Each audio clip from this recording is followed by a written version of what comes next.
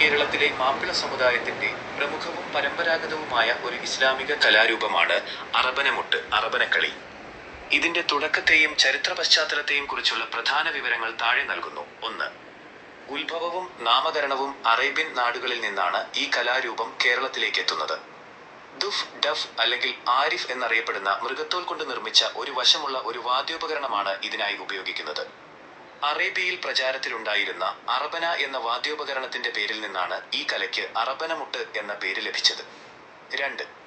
സൂഫി പാരമ്പര്യവും പ്രവിശ്യയും കേരളത്തിൽ അറബനമുട്ടിന് തുടക്കം കുറിച്ചതും അതിനെ ജനപ്രിയമാക്കിയതും സൂഫി വര്യന്മാരും സൂഫി പാത പിന്തുടരുന്നവർ റിഫായി, ഖാദിരി തരീഖ്, സൂഫി ഓർഡർ ുമാണ്. പ്രവാചക സ്നേഹവും മദ്ഹ്, സൂഫി വര്യന്മാരുടെ സ്തുതി കീർത്തനങ്ങളും പാടിക്കൊണ്ടാണ് ഈ കളി അവതരിപ്പിച്ചിരുന്നത്. ആത്മീയമായ ഒരു ആനന്ദവും ഏകാഗ്രതയും നേടാനുള്ള മാർഗമായിട്ടാണ് ആദ്യകാലങ്ങളിൽ ഇത് പരിശീലിച്ചിരുന്നത്. 3.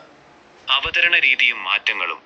കളിക്കാർ വട്ടത്തിലിരുന്നോ അർദ്ധവൃത്താകൃതിയിൽ നിന്നോ കൈകളിൽ അറബനയേന്തി താളത്തിൽ മുട്ടി പാട്ടുപാടുന്നു. ആദ്യകാലത്ത് പ്രധാനമായും പള്ളികളിലും ദർഗകളിലും നേർച്ചകൾ, മീലാദുന്നബി, പ്രവാചക ജന്മദിനം, റാത്തീബുകൾ എന്നിവയുടെ ഭാഗമായിട്ടായിരുന്നു അറബനമുട്ട് അവതരിപ്പിച്ചിരുന്നത്. പിൽക്കാലത്ത് ആത്മീയ ചടങ്ങുകളിൽ നിന്നും മാറി വിവാഹങ്ങൾ, സാംസ്കാരിക സമ്മേളനങ്ങൾ, സ്കൂൾ കലോത്സവങ്ങൾ എന്നിവയിലെ പ്രമുഖ മത്സര ഇനമായി ഇത് വികസിച്ചു. ചുരുക്കത്തിൽ അറേബ്യൻ സൂഫി സംസ്കാരവും മലബാറിലെ മാപ്പിള പാരമ്പര്യവും തമ്മിൽ കൂടിച്ചേർന്ന് രൂപപ്പെട്ട മനോഹരമായ ഒരു ആത്മീയ സാംസ്കാരിക കലാരൂപമാണ് അറബനമുട്ട്.